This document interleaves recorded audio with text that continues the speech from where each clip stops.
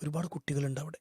ഒരു 10-30ഓളം കുട്ടികളുണ്ട്. അവൻ്റെ കൂടെ പഠിക്കുന്നവർ, ഒരുപക്ഷെ മുമ്പ് പഠിച്ചവർ, അങ്ങനെയൊക്കെയായ കുട്ടികളുണ്ട്. ഇവരൊക്കെ കരയണം. കഴിഞ്ഞ 25-ാം തീയതി ഒരു മരണവാർത്ത കേൾക്കുകയുണ്ടായി. അത് മറ്റാരുമല്ല, എൻ്റെ ഉമ്മയുടെ സഹോദരി, മൂത്തുമ്മയുടെ മകൻ ഉസ്മാൻ നിഷാദ്, ബാബു എന്നാണ് അദ്ദേഹത്തിൻ്റെ വിളിപ്പേര്. നമ്മുടെ ജ്യേഷ്ഠനാണ്. അദ്ദേഹത്തിൻ്റെ മകനാണ് മരണപ്പെട്ടത്. ഹംസ സിദാൻ എന്നാണ് ആ മോൻ്റെ പേര്. 20 വയസ്സാണ് അവൻ്റെ പ്രായം. അവനൊരു അപകടം സംഭവിച്ച് 1-2 ആഴ്ചകളോളം ഒരു കോമ സ്റ്റേജ് പോലെ, അതല്ലെങ്കിൽ അങ്ങനെ ഒരു ബോധം ലഭിക്കാതെ ICUയിലായിരുന്നു. വളരെ പ്രയാസത്തിലായിരുന്നു ആൾ. അങ്ങനെയാണ് ഒരു 25-ാം തീയതിയോളം അദ്ദേഹം മരണപ്പെടുന്നത്. ആ കുട്ടി കഴിഞ്ഞ മെയ് മാസം ദുൽഹിജ്ജ ഏകദേശം അവസാനത്തിലേക്കാണ് ആ കുട്ടി മരിക്കുന്നത്. അപ്പോൾ ഞാൻ ഈ ഒരു അനുഭവം ഇവിടെ ഓർത്തെടുക്കാനുള്ള കാരണം, ആ കുട്ടിയുടെ മരണാനന്തര ചടങ്ങുകളിലൊക്കെ ഞാൻ പങ്കെടുക്കുന്നുണ്ട്. നമ്മുടെ പീസ് റേഡിയോയുടെ പ്രൊഡക്ഷൻ ടീമിലെ അംഗമായ അബ്ബാസ് പട്ടാമ്പിയുമൊക്കെ പങ്കെടുക്കുന്നുണ്ട് അവിടെ. ഞാൻ അദ്ദേഹത്തെ അവിടെയൊക്കെ കാണുന്നുണ്ട്. അപ്പോൾ പട്ടാമ്പി തെക്കുമുറിയിലാണ് അവർ താമസിക്കുന്നത്. ഈ ഉസ്മാൻ നിഷാദ് എൻ്റെ ജ്യേഷ്ഠൻ, അവരുടെ മകനാണ് മരിച്ചത്. ഇപ്പോൾ ഒരു കുട്ടി മരിക്കുക എന്ന് പറയുമ്പോൾ മാതാപിതാക്കൾ മരിക്കുന്നതിനേക്കാൾ വേദനയാണ് ശരിക്കും മക്കൾ മരിക്കുമ്പോൾ. കാരണം ഈ മക്കളെ അവർ പ്രസവിക്കുന്നതിൻ്റെ മുമ്പ് തന്നെ അവരെ പറ്റിയുള്ള സ്വപ്നങ്ങളും അവരുടെ ആ പ്രതീക്ഷകളൊക്കെ ആയിട്ട് അങ്ങനെ മാതാപിതാക്കൾ അവരെ ഓർത്ത് അങ്ങനെ ജീവിക്കണം. തീർച്ചയായും. പിന്നെ അവരെ കയ്യിൽ കിട്ടിയ, കുഞ്ഞായി കിട്ടിയ മുതൽ വളർത്തി വലുതാക്കി ഒരു 20 വയസ്സ് വരെ എത്തിച്ച ആ ഒരു മാതാപിതാക്കൾ, അള്ളാഹു അവർക്ക് സ്ഥൈര്യവും സമാധാനവും ക്ഷമയും പ്രദാനം ചെയ്യുമാറാകട്ടെ. നമുക്ക് എന്തു പറഞ്ഞ് അവരെ സമാധാനിപ്പിക്കാന്നറിയില്ല. അത്രമേൽ വിഷമത്തിൻ്റെ ഒരു ഘട്ടമാണ് ആ രക്ഷിതാക്കളിലൂടെ കടന്നുപോയത്. ഞാൻ ആ സന്ദർഭത്തിൽ, ആ മരണാനന്തര ചടങ്ങുകളിൽ, ആ പള്ളി ശ്മശാനപ്പറമ്പിൽ, ആ ഒരു മയ്യത്ത് പറമ്പിൽ ആ കുട്ടിയുടെ ഖബറടക്കം നടത്തുമ്പോൾ, കുട്ടിയെ ഖബറിലേക്ക് എടുത്ത് വെക്കുന്ന സമയത്ത് ഞാൻ ചുറ്റും കൂടി നിൽക്കുന്ന ആളുകളിലേക്ക് ഇങ്ങനെ നോക്കുന്നുണ്ട് ഞാൻ. അപ്പോൾ ആ കൂട്ടത്തിൽ ഈ 2K കിഡ്സ്, അഥവാ ഇപ്പോൾ ഇവൻ 20 വയസ്സ് പ്രായം എന്ന് പറയുമ്പോൾ 2000-ന് ശേഷം ജനിച്ച കുട്ടിയായിരിക്കും. അവർക്കാണല്ലോ ഈ 2K കിഡ്സ് എന്ന് പറയുന്നത്. പുതിയ ഈ ന്യൂ ജനറേഷൻ കുട്ടികൾ. ഇപ്പോൾ ഇവൻ്റെ ഫ്രണ്ട്സ്, ഇവൻ്റെ കൂട്ടുകാർ, ഒരുപാട് കുട്ടികളുണ്ട് അവിടെ. ഒരു 10-30ഓളം കുട്ടികളുണ്ട്. അവൻ്റെ കൂടെ പഠിക്കുന്നവർ, ഒരുപക്ഷെ മുമ്പ് പഠിച്ചവർ, അങ്ങനെയൊക്കെയായ കുട്ടികളുണ്ട്. ഇവരൊക്കെ കരയണം. അപ്പോൾ എന്നെ അത് വല്ലാതെ സ്വാധീനിച്ചു ആ കാഴ്ച.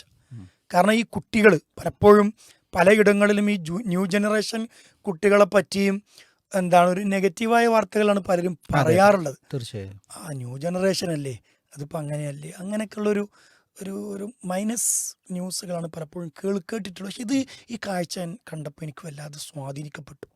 കാരണം ആ കുട്ടികൾ ഹൃദയത്തിൽ സ്നേഹവും ആ ഒരു നൊമ്പരവും ആ ഒരു പ്രയാസവും ഒക്കെ ഉള്ളത് കൊണ്ടാണ്, ഹൃദയത്തിൽ നന്മ ഉള്ളത് കൊണ്ടാണല്ലോ കണ്ണുനീരായും ആ കുട്ടികളിലൂടെ അത് പുറത്തു വന്നത്. ഒരു പക്ഷേ ഹംസ സിദാൻ എന്ന ഈ കുട്ടിയും, മരണപ്പെട്ട കുട്ടി അവർക്ക് അത്രയും പ്രിയങ്കരനായിരുന്നിരിക്കണം, അത്രയും വേണ്ടപ്പെട്ടവനായിരുന്നിരിക്കണം സുഹൃത്തുക്കൾക്കിടയിൽ.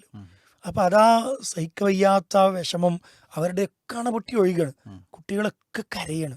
ആ കുട്ടികളൊക്കെ അതെന്നെ വല്ലാതെ സ്വാധീനിക്കുകയുണ്ടായി.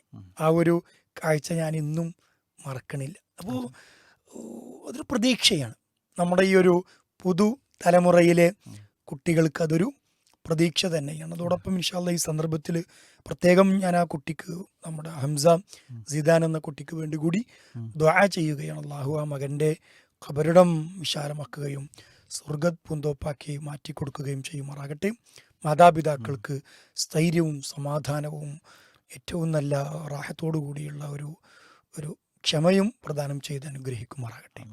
മാഷാ അല്ലാഹ്, ഇത് നമുക്ക് നല്ലൊരു അനുഭവമാണ് നമുക്ക് നൽകിയത്. അതിൽ അനുഭവം എന്ന് പറയുമ്പോൾ നമ്മൾ പറഞ്ഞു തുടങ്ങുന്ന പോലെ ഓരോ മരണവും അത് വിശ്വാസിക്ക് അതൊരു ഓർമ്മപ്പെടുത്തലാണ്.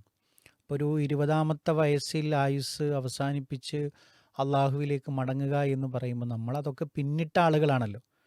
അതായത് 20-ൽ കൂടുതൽ വയസ്സിൽ എത്തി നിൽക്കുന്ന ആളുകൾ നമ്മുടെ കൂട്ടത്തിലുണ്ടാകും. അപ്പോൾ അത് നമുക്ക് വലിയൊരു ഓർമ്മപ്പെടുത്തലാണ്. മരണത്തിൻ്റെ മുമ്പിൽ മാനദണ്ഡങ്ങളൊന്നുമില്ല. നമുക്ക് അള്ളാഹു നൽകിയിട്ടുള്ള ഒരു അവധിയുണ്ട്. ആ അവധിയിലേക്കാണ് നമ്മളിങ്ങനെ നടന്നു പോയിക്കൊണ്ടിരിക്കുന്നത്. ഇന്നിപ്പോൾ നമ്മൾ ഈ ജീവിച്ചു കൊണ്ടിരിക്കുന്ന ചൊവ്വാഴ്ച ഇലാ യൗമിൽ ഖിയാമ ഇനി നമ്മളിലേക്ക് തിരിച്ചു വരില്ല. അതായത് തീർച്ചയായും. നമ്മളുടെ പിന്നെ ഈ ഒരു പിന്നെ ജൂൺ മാസത്തിലെ ഈ 2-ാം തീയതി എന്ന് പറയുന്നത് 2026 ജൂൺ 2 എന്നുള്ളത് ഇനി നമ്മുടെ ആയുസ്സിൽ തിരിച്ചു വരുന്നില്ല. അപ്പോൾ നമ്മളെ സംബന്ധിച്ചിടത്തോളം ഓരോ മരണങ്ങളും നമുക്ക് ഓർമ്മപ്പെടുത്തലാണ്. രണ്ടാമത്തെ ഒരു കാര്യം എന്ന് പറയുന്നത്, ഇപ്പോൾ നമ്മളെ സംബന്ധിച്ചിടത്തോളം ഈ പിന്നെ ഖബറിലേക്ക് കൊണ്ടുപോയിട്ട് വെച്ച പിന്നെ മകനെ സംബന്ധിച്ചിടത്തോളം, അതേപോലെ തന്നെ നമ്മളുടെ ചുറ്റുഭാഗത്ത് ജീവിക്കുന്ന കുട്ടികളെ സംബന്ധിച്ചിടത്തോളം അതിൽ വളരെ അപൂർവങ്ങളിൽ അപൂർവം മാത്രമാണ് ഈ നെഗറ്റീവിൻ്റെ വഴികളിലൂടെ പോകുന്നത്. അതും അറിഞ്ഞുകൊണ്ട് തിരഞ്ഞെടുക്കുന്നവർ അതിലും തുലവും വിരളമാണ്. ബാക്കിയൊക്കെ നമ്മുടെയൊക്കെ മക്കളിലൊക്കെ ഉണ്ട്, നന്മയുണ്ട്. മാഷാ ആ അല്ലാ. നന്മയെ ഊതിക്കത്തിക്കാനാണ് നമ്മൾ ശ്രദ്ധിക്കേണ്ടത്. അപ്പോൾ മനോഹരമായൊരു ഒരു ഉദാഹരണം ഒരു പ്രഭാഷണത്തിൽ കേട്ടത് നമ്മുടെ മാതാപിതാക്കളുടെ രക്ഷിതാക്കളുടെ ശ്രദ്ധയിലേക്ക് കൊണ്ടുവരികയാണ്. അതായത് ഒരു നല്ല ഒരു ഒരു അടക്കാമരമുണ്ട് മുറ്റത്ത്. അതേപോലെ തന്നെ അതിൻ്റെ തൊട്ടടുത്ത് തന്നെ ഒരു പാഴ്ചെടിയുണ്ട്. അപ്പോൾ ഈ കുടുംബനാഥൻ എന്ത് ചെയ്യുന്നു? എല്ലാ ദിവസവും ഈ പാഴ്ചെടിക്കാണ് വെള്ളമൊഴിക്കുന്നത്. അപ്പോൾ വെള്ളം കിട്ടാതെ ഈ അടക്കാമരം എന്ത് ചെയ്യുന്നു? ഉണങ്ങുന്നു, അത് വാടുന്നു. എന്നാലോ പൂർവാധികം ശക്തിയോടുകൂടി ഈ പാഴ്മരം വളർന്നു വലുതാകുന്നു. അപ്പോൾ ഇത് ഉദാഹരണം മനസ്സിൽ വെച്ചുകൊണ്ട് നമ്മൾ ആലോചിക്കുക. നമ്മുടെ മക്കളെ കുറ്റം പറയുമ്പോഴൊക്കെയും അവരിലെ പാഴ്ചെടികളാണ് വളർന്നു വരുന്നത്. അവരിലെ നന്മകൾ നമ്മൾ പലപ്പോഴും എടുത്തു പറയാൻ മറന്നു പോകുന്നു. അതല്ലെങ്കിൽ നമ്മൾ ബോധപൂർവം അത് വിസ്മരിച്ചു പോകുന്നു എന്നുള്ളതാണ്. ശരിക്ക് അടക്കാമരമാണ് വലുതായിട്ട് വരേണ്ടത്. അതിനാണ് വെള്ളം കൊടുക്കേണ്ടത്. അവൻ്റെ നന്മയെയാണ് നമ്മൾ എന്ത് ചെയ്യേണ്ടത്? അത് പിന്നെ പാലൂട്ടി വളർത്തേണ്ടത്. തിന്മകളെ നമുക്ക് എന്ത് ചെയ്യാം? തിരുത്താം. സ്നേഹസമർണമായിട്ട് നമുക്ക് തിരുത്താം.